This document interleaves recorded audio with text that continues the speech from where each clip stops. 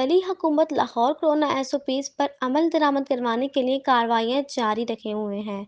مجموعی طور پر 17 دکانوں اسٹوروں کو سیل جبکہ ایک کو وارننگ اور 94,000 روپے کے جرمانے عائد کیے گئے۔ اس میں اسسٹنٹ کمشنر سٹی فیضان احمد، اسسٹنٹ کمشنر شالیمار منصور قاضی، اسسٹنٹ کمشنر کینٹ ظہیر شاکر نے کارروائیاں کیں۔ تحصیل سٹی میں مہر حافظ ہوٹل، مہر ٹی اسٹال، النافع فارمیسی، حافظ ہونڈا سینٹر، لاہور سینٹر اور ڈیورا فارم کو سیل کیا گیا۔ تحصیل شالیمار میں شمس گارمنٹ، استاد علی پان shop, Khan China garments, Tahir پان شاپ، مہر بابا پان شاپ، عثمان پان شاپ، جنریشن ہیئر اور قاسم سپر اسٹور کو سیل کیا گیا۔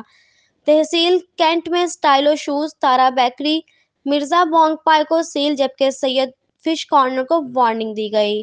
DC لاہور مدثر ریاض ملک کا کہنا تھا کہ کورونا SOPs کی خلاف ورزی پر کارروائیاں جاری رہیں گی۔ فرحین جاوید، صدائے لاہور نیوز، لاہور۔